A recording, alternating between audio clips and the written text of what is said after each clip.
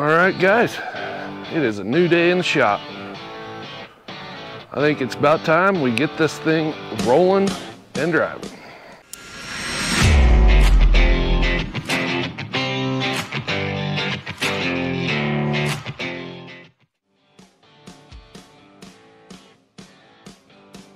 We got brake lines, we got a kill switch we need to put in, we got gas cap, battery holder, winch, all the bolts for the roll cage, brake parts, transmission parts, detachable steering wheel part. Yeah, it's gonna be a lot, but I want to have this thing rolling and driving. So I'm hoping to have all these parts on it so I could take it out and drive it. Kind of got a punch list here that we need to get done before we can take it out and drive it. Tightening bolts, doing final checks on everything. Air up the rear ORIs. Let's see what else. Bolt the roll cage down. Put the new cap for the gas tank, bleed the brakes.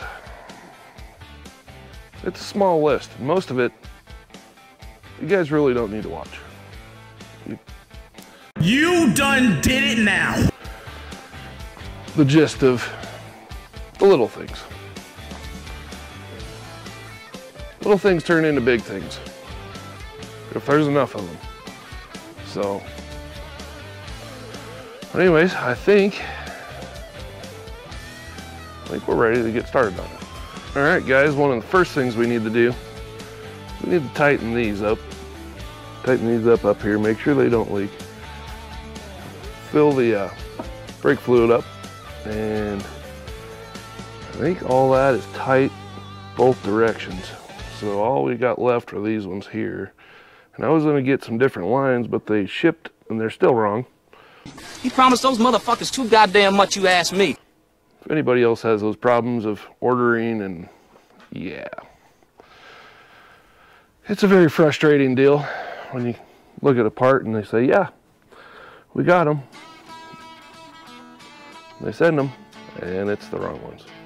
So anyways, I'm gonna use those hard lines for now and get that going, and then later on I'll probably end up putting, you know, some braided line on there for the brake lines, but for now, those hard lines will work. So the first things we need to do is we need to get this all buttoned up right here. Get everything tight. I think that's the first step of the madness. Oh yeah. When you guys are doing this, definitely use line wrenches, because you'll round those off. And once you round them off, it is no fun anymore. So, just a note to self, use some line wrenches. All right, so I think got these all tight, got all that tight. I think the next step is to put some fluid in her and see what we got there.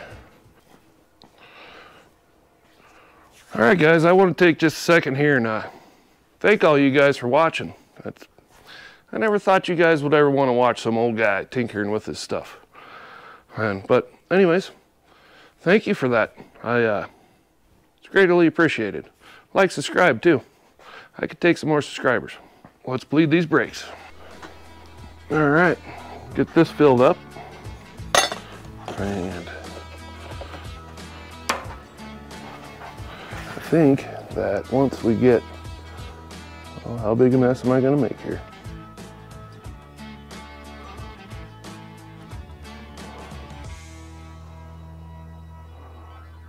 We're just going for it, guys. I feel that we're at that point. I've already bled the master cylinder. This has all been bled already. So I think the next step is open those ports up, those little bleeders, and do a little sucky suckerson on it. I think what I'm going to do first is I'm going to go back and open those back bleeders up, see if we get a little gravity feed, just kind of like let it slowly take course first while we're working on it. See if we get any air bubbles out of that. I don't know if any of you guys ever used one of these, but man, they're a lifesaver. You kind of get it in here and hook it up to your bleeder, right in that area, and you pull the trigger. And you kind of see, I don't know if you can see it or not, you see the airflow coming in. You want to come up here and make sure that just don't run dry. See how that thing's already going down? Yep, we're getting her.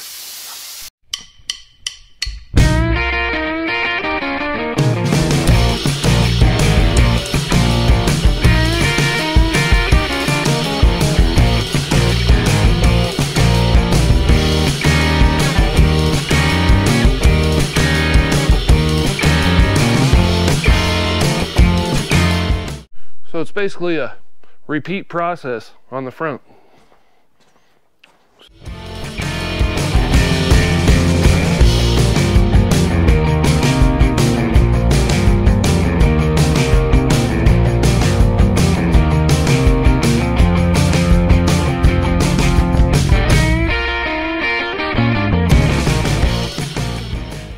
All right, so what we got going on now is this is the shutoff.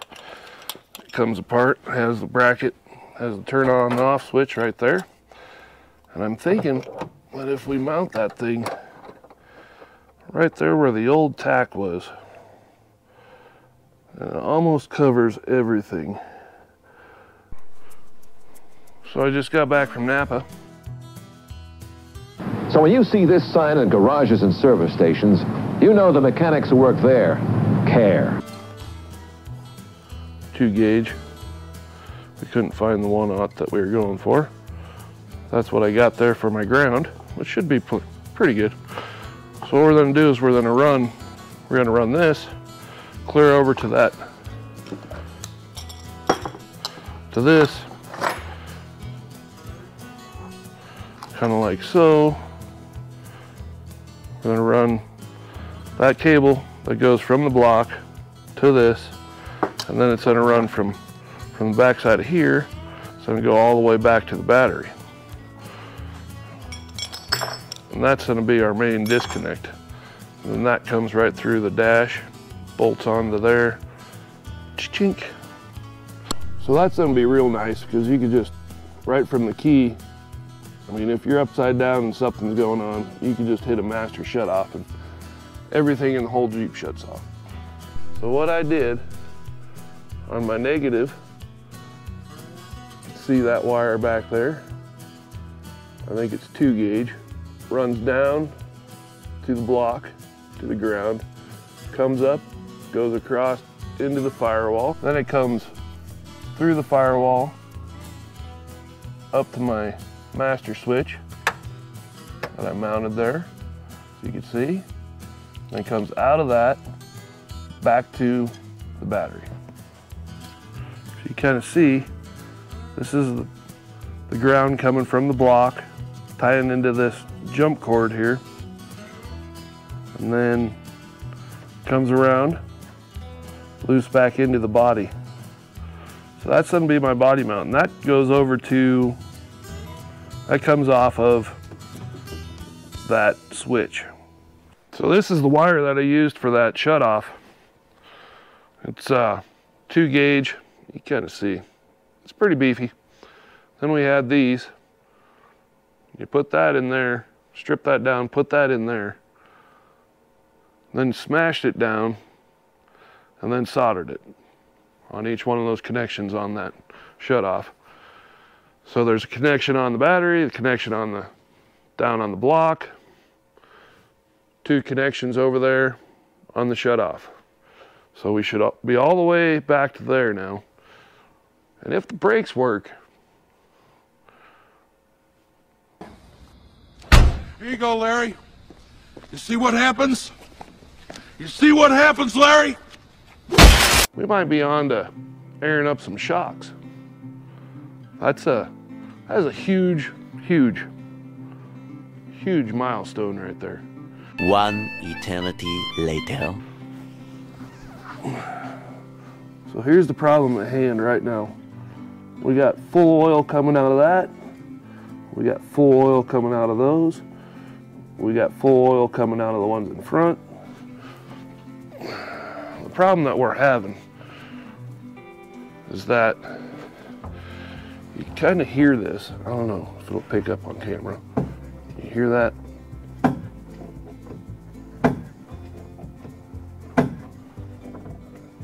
It almost feels like that piston is catching on something. So on your master, you have a piston that goes in and out in there. So what we did yesterday, we fought it for hours on end. We re-bench bled it, thinking that that might have a bunch of air in there. Not the case. Readjusted the whole bracketry to try to get that in place. Bled it probably 4 or 5, 6 times. Never worked. Ended up getting it running. That's why we put the ground on. So we got it running, and it was even softer than it was. So I don't know if any of you guys ever deal with this on a regular basis, but you know, when you order something and you're paying good money for it, you want it to be good. Components, American components, Russian components, all made in Taiwan. I'm not saying that this is bad yet, but all signs lead to right here. So I feel like, I don't even really want to say it, but production could be a lot better is what I'm getting at. You guys know what I'm talking about. It just seems like every time that you order something, it's a 50-50 chance if it's going to be a good product or just somebody was in his garage shooting from the hips making that product. And we all know we've got that part that just don't work and it's like brand new. So never really have understood that. And, I mean, we have standards to go by everything else. Why can't we have standards on automotive parts? Because it's not fair for the American people to have to depend on if it's going to be good, if it's not going to be good. You know, somewhere along the line, we lost that in the American. We lost the pride of putting pride into all your work and make every piece the best that you can make it. And that goes all the way across the board. I see that all the time at work. And it just is really very annoying. You know, it's like you would think that somebody would do their job and they'd be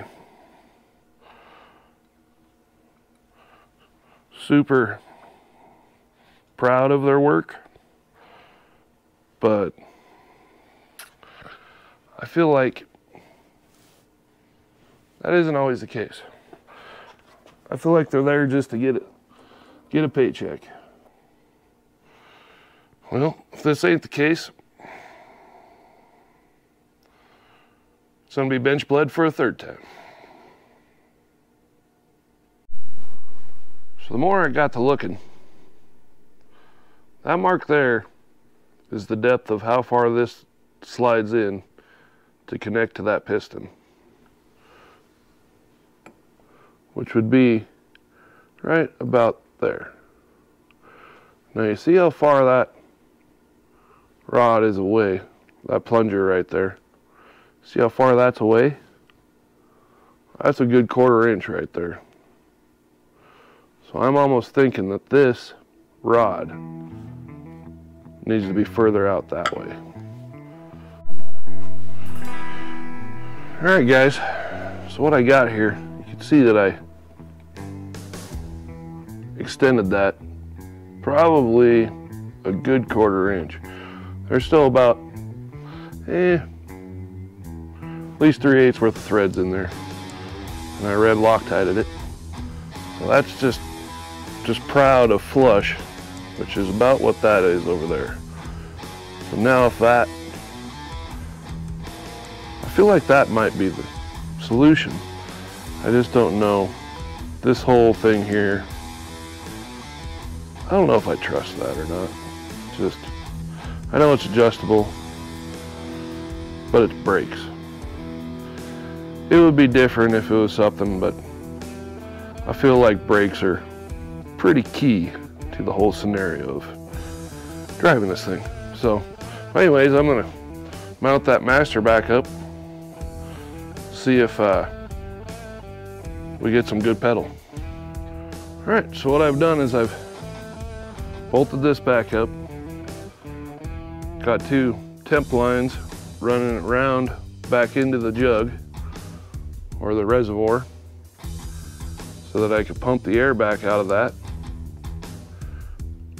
and see if we get a little more pedal than what we did. What we got going on?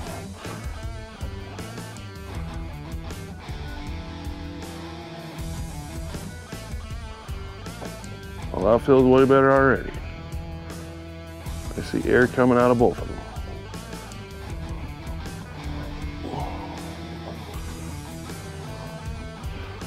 That's looking pretty good, really.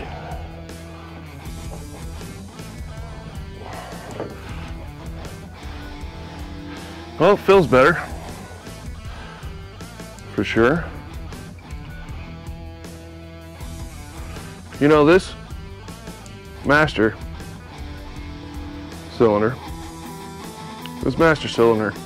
came with this brake booster and this bracket. You would think they would make that rod where it should be. That just goes back to taking pride in your work. You know, I mean, just little things like that that it's very frustrating. So one of the next things I need to do, see this right here where it's cut up on that shock mount. I don't know how good that's going to pick up on the camera, but it's touching that shock mount on both sides. That needs to have some clearance there. We have clearance, Clarence. Roger, roger. What's our vector, Victor? Yeah, that's going to be a squeaky situation right there. So I think if we drew a straight line and get it even, do a nice cut across there, and then up top right here, you kind of see where those ORIs fill. That needs to be cut out a little bit more. It's probably going to be a little bit into my plate for my roll cage. Oh yeah, we also got that cap on yesterday, so yeah, definitely moving along with some progress. Bunch of little tiny things. So I think the next step we need to do is cut that on both sides.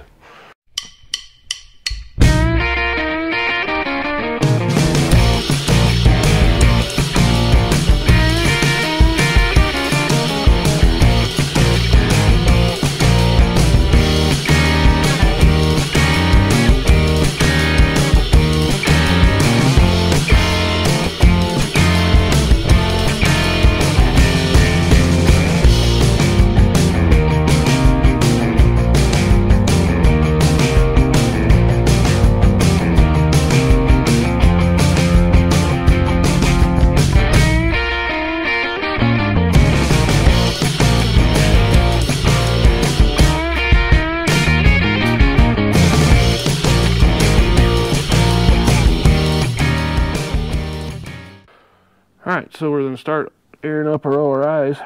We connect on the bottom here, then you turn this little T-nut. Can't really see it too well, but you turn that all the way in. All right, now we're going for ride height. Got the T in there. Screw the T in.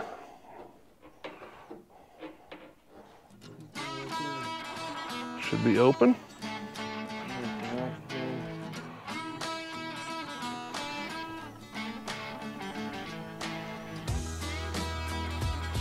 There we go.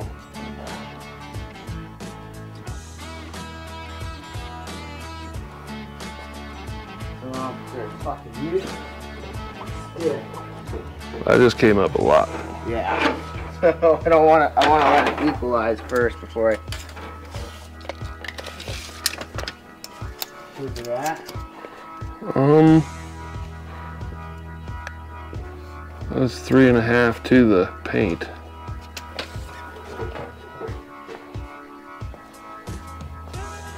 Do we want to give her the old shaker one time?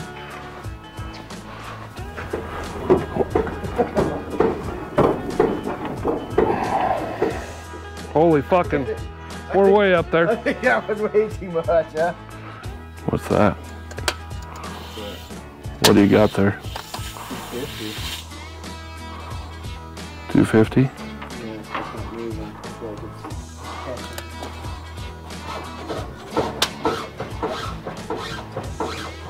catching. Yeah, they're just stiff as shit because they're brand new, you know? Yeah. I don't go down any more than that. Don't? Uh-uh.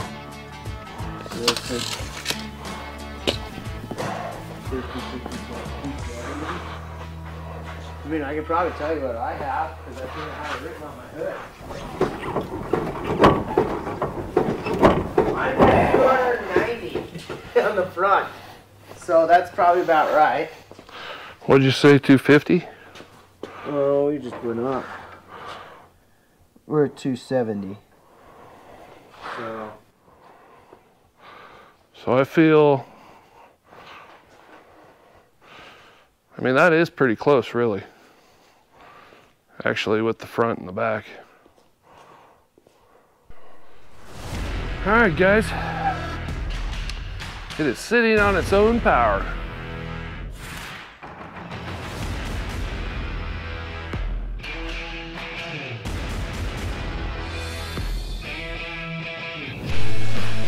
You got the ORIs bled. There's about 3, almost 4 inches of up travel. You got the brakes bled, I think, to a point. Got the fuel cap on. Trimmed up all those lines. Got the roll cage mounted.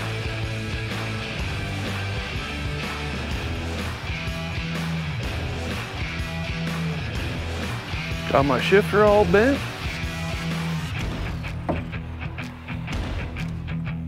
Got all the cables tightened up here and down below.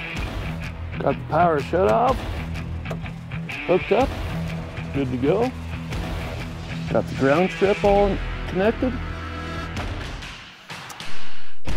Got the master and the booster cylinder figured out, I'm hoping. Got all the links tight, so those should all be good to go.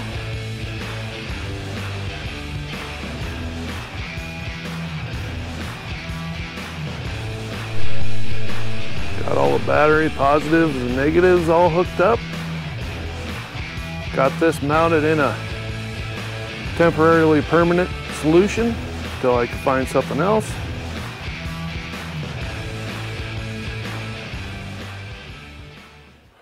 But anyways, it's probably gonna do it for this one. There's a whole lot more that's gonna happen to this next week. That's why this video is ending where it is, because we ran into some issues. But you're gonna have to wait till next week to see the big one. And it's a big one. So, it made me change my mind on a couple things real fast. But anyways, think that's gonna do it for today. Like, subscribe, do all the little ding-dong things that YouTube wants you to do. And don't forget, if you don't start a project, you can't finish a project. So get off your ass, go start a project. I think you might like it. That was my project. I didn't get it all the way done, but I got it one hell of a lot closer than it was yesterday. All right, guys, we'll be catching you on the next one.